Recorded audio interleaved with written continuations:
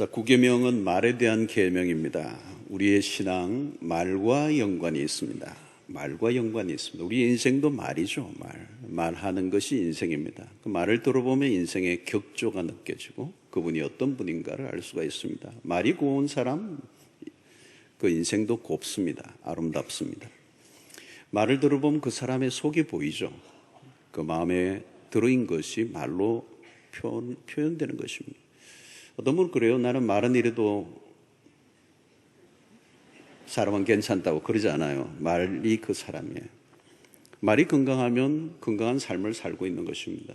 말을 들어보면 어떤 삶을 살아가는가를 알 수가 있어요. 말로 인생이 세워지기도 하고 망가지기도 합니다. 여러분, 정직하지 않으면 그 정직하지 않는 삶이 건강도 해칩니다. 예. 그리고 정직하지 않으면 결코 행복할 수 없습니다. 진실함과 행복이 연결되는 것이지 거짓이 행복을 결코 보장해 줄 수가 없어요. 여러분, 정직하지 않으면 이룬 성공도 무너지게 되어 있습니다. 거짓 위에 올려진 삶은 무너지게 되어 있습니다.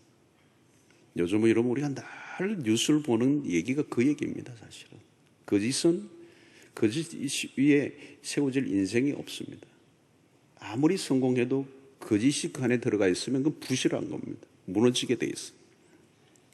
결국 거짓말은 계속 거짓말을 하면 삶을 어디로요? 벼랑 끝으로 몰아가는 겁니다. 무너지게 추락하게 돼 있는 것입니다. 오늘 우리는 성공을 중요하게 여기는 세상을 살고 있습니다. 성공 자체에 목을 매면 진실은 뒤로 밀리게 돼 있습니다. 성공이 중요한 시대, 진실을 뒷전으로 몰아버리면 결국은 그 인생은 무너지게 돼 있습니다. 여러분, 진실함으로 세워진 인생이 가장 안전하고 견고합니다. 성경은 이 정직함, 이 진실함에 관심이 있습니다. 특별히 성경은 공의에 관심이 많죠. 구계명은 거짓으로 공의를 깨뜨린다는 면에서 엄중하게 다루고 있습니다. 자, 여러분, 사람이 죽고 사는 모든 문제들이 우리의 입을 통해서 일어나고 또 증인의 입에 달려 있습니다. 그러므로 혀를 잘 사용하라는 겁니다. 거짓말로 인해 이웃에게 상처와 고통을 주게 된다면 그것은 엄격한 죄라고 성경이 말씀합니다. 출애굽기 23장 1절로 3절에 보면 너는 거짓된 풍수를 퍼뜨리지 말며 악인과 연합하여 위증하는 증인이 되지 말라. 다수를 따라 악을 행하지 말며 송사에 다수를 따라 부당한 증언을 하지 말며 가난한 자의 송사라고 해서 편벽되이 두둔하지 말지니라. 진실한 정은, 이 거짓된 것은 말은 정의를 무너뜨린다는 것입니다. 우리가 잘 아는 다윗은 왕으로서는 국가 경영을 탁월하게 경영했습니다. 그의 제임시 이스라엘은 전성기였습니다. 이스라엘이 존경받는 영웅이죠. 성공한 왕으로 높은 명성을 얻고 있던 때에 밧세바와의 불륜 사건이 터집니다. 그리고 밧세바의 남편이었던 자신의 충신 우리아를 죽이는 죄를 범합니다. 다윗의 범죄의 과정을 보면 거짓말이 계속 늘어납니다. 범죄를 가리기 위해 전쟁터에 있던 우리아를 불러들이는 과정에서 거짓말을 합니다. 우리아를 위하는 척하면서 그를 죽이고자 하는 계획과인데 거짓말을 늘어뜨리는 거죠. 우리아를 최전선에 보내어 죽게 했던 당사자였던 그가 우리아의 전사 소식을 접하는 과정에서 거짓된 모습을 보입니다.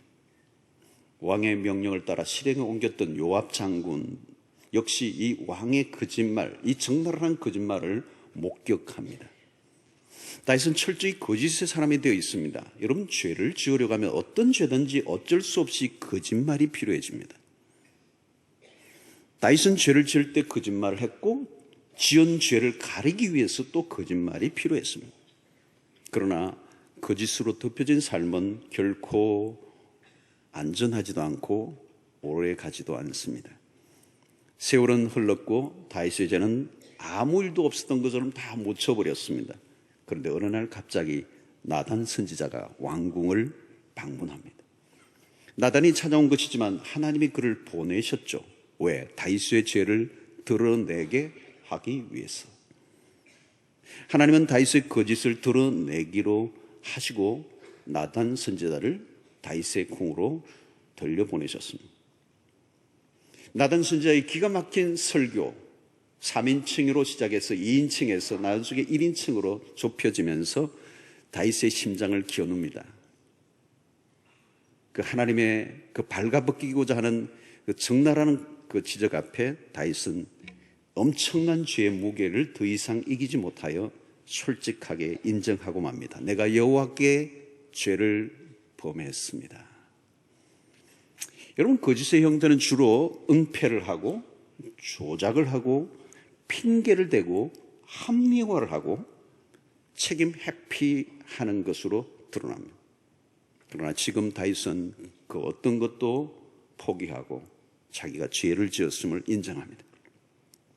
여러분, 여기서 우리는 성경의 독특성을 봅니다. 성경은 세상의 영정과 달라요.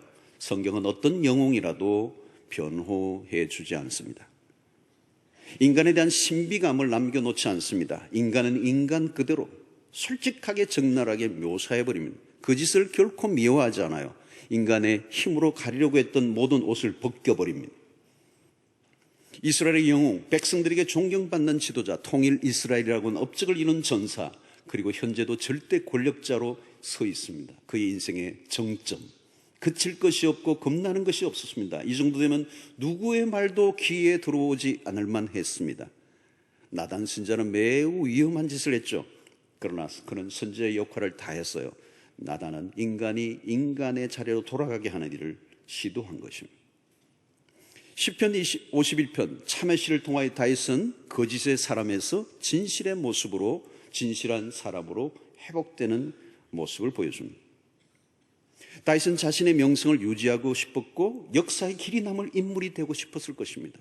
그러나 다윗은 그 모든 것을 포기하고 가리고 있던 더러운 옷을 벗어버립니다. 그의 죄를 솔직하게 인정함으로 그의 모든 명성은 다 파묻혀 버릴 뻔했습니다. 적당한 회개가 아니라 그는 깊은 회개를 합니다. 성도 여러분, 신앙이 깊어진다는 것은 완전해져 가는 것이 아니라 정직해져 가는 것입니다. 성자들이 참회록을 쓴다고 말합니다. 죄 속에 사는 사람은 자신의 죄를 볼 수가 없습니다. 여러분, 성경 안에서 다윗의 위치는 참으로 독특합니다. 구약 성경에서 62장에 걸쳐서 다윗의 이야기가 펼쳐지고요, 신약에서도 59번을 언급하고 있습니다. 한 인물이 신구약에서 주목받고 있는 인물, 독특한 위치에 서 있습니다. 하나님은 특별히 다윗을 향하여 내 마음에 합한 자, 어디에서도 표현할 수 없는, 들을 수 없는 기가 막힌 칭호, 내 마음에 합한 자.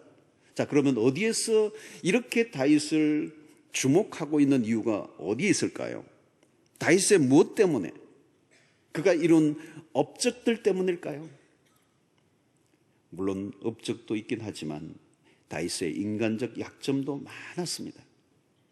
죄질이 높은 불륜, 그것을 은폐하기 위해 충신 우리아를 죽인 살인교사죄, 그에게는 여러 명의 아내, 수많은 첩이 있었습니다. 두 아들 암논과 압살롬에 대한 이야기를 들어보는 아버지로서도 그는 실패했습니다. 성경은 인간의 위대함에 초점을 맞추지 않아요. 어떤 위대한 일을 한 것에 대해서 박수를 보내지 않아요. 우리가 생각하는 위대함과 하나님이 생각하는 위대함은 전혀 다른 것입니다. 그런 눈물로 침상을 적십니다. 51편을 보면 가볍게 회개한 게 아니에요. 시편 6편을 보면 다윗은 그 회개의 과정에 뼈가 떨린다고 말합니다. 밤마다 눈물로 침상을 띄우며 내 요를 눈물로 적십니다. 그렇게 고백을 해요.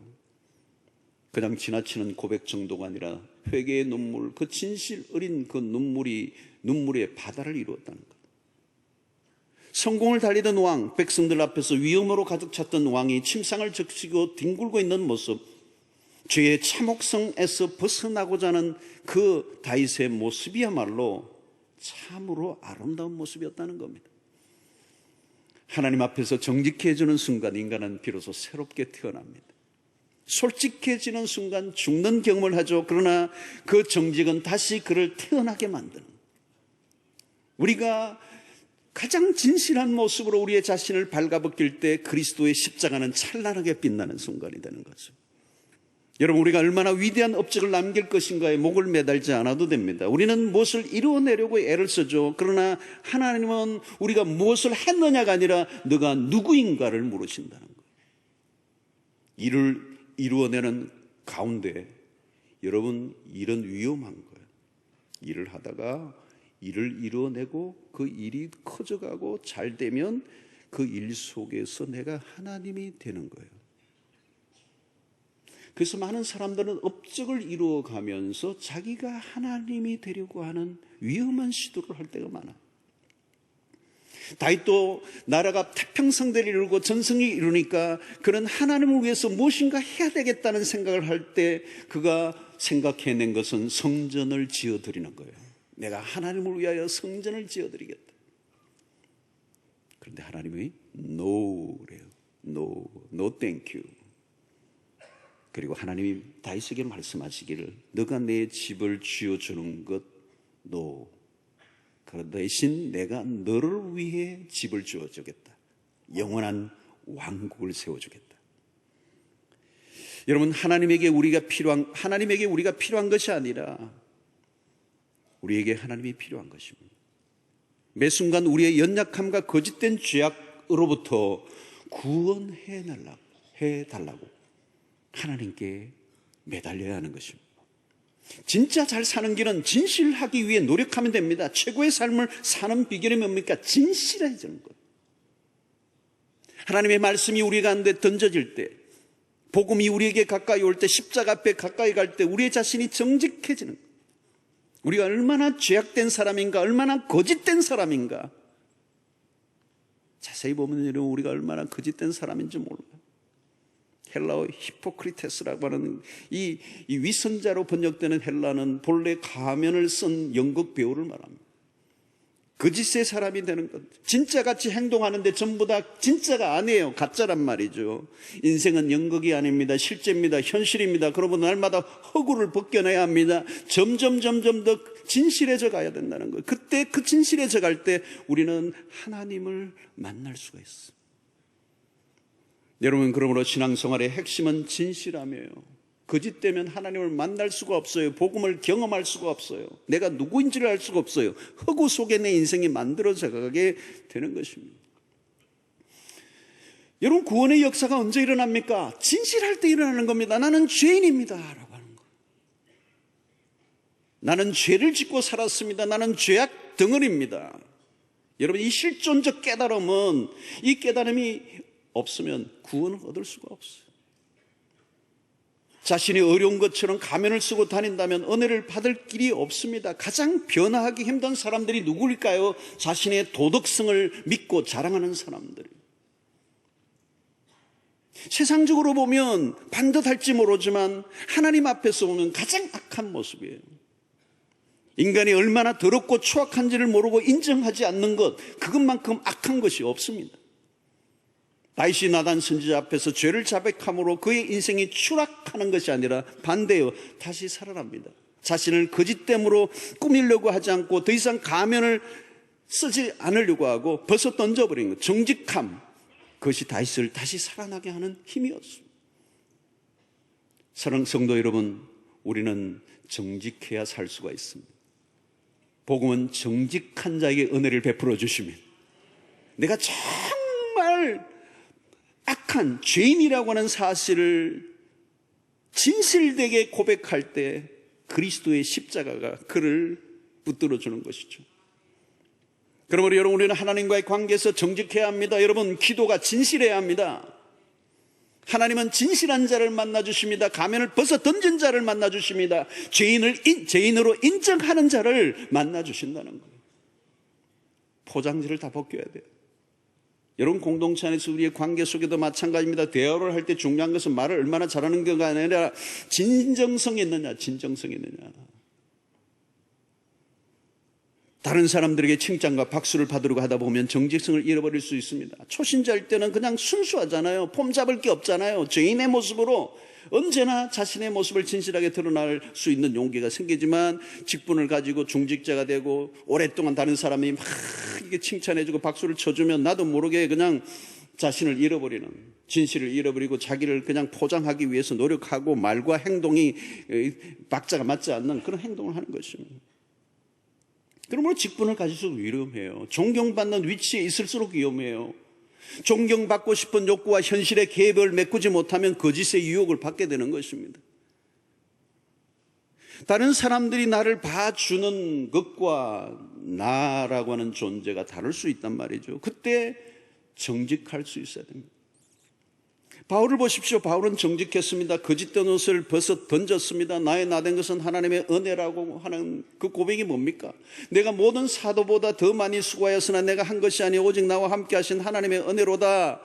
갈라디아 6장에서 내게는 우리 주 예수 그리스도의 십자가 외에는 결코 자랑할 것이 없습니다. 이런 고백을 하는 이 바울의 모습은 뭘까요? 그는 자신이 드러나기 시작하면 여지없이 깨질 수밖에 없는 존재라는 것을 인정하고 언제나 십자가 뒤에 숨었습니다. 자신의 육체적 자랑이 얼마나 거짓됨을 알았기 때문에. 여러분, 십자가를 자랑한다는 것은 무엇을 의미합니까? 나에게는 소망이 없다라고 하는 진실된 자기 고백인 것입니다. 정직하게 자신을 드러내는 용기를 익혀야 합니다. 신앙은 진실 훈련입니다. 갈수록 정직해져 가야 정상입니다. 하나님 앞에서 정직한 자가 복이 있습니다. 누가복음 18장을 보면 바리새인과 세리의 기도가 대조를 이룹니다. 바리새인의 기도는 기가 막힙니다. 거창합니다. 화려합니다. 멋집니다. 정말 잘났습니다. 그가 얼마나 대단한 신앙생활을 하고 있는가를 하나님 앞에서 열거하는데 사실은 다른 사람도 다 듣도록 하고 있습니다. 시장 어귀에서. 그러나 거기에 비해서 세리의 기도는 너무 간단해요. 하나님이여 나를 불쌍히 여기소서. 나는 죄인이로소이다.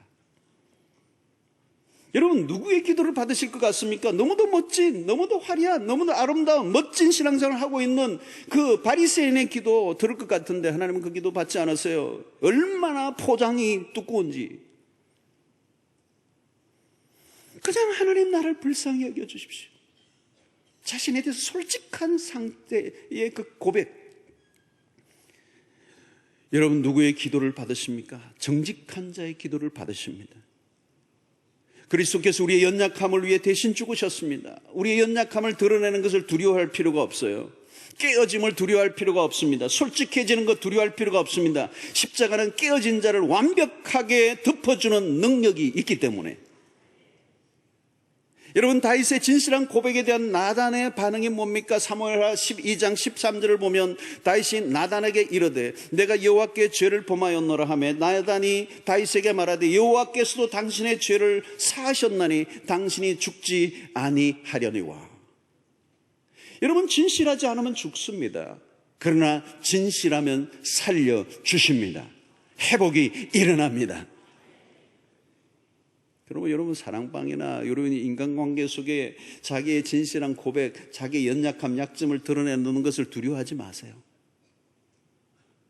어떤 사람은 누가 나의 약점을 내가 공개했는데 막 그게 다른 사람에게 막 좀 흘러나가지고 자기 약점 사랑방에서 공개했는데 그게 막 흘러나가서 화를 내시는 분들이 계세요.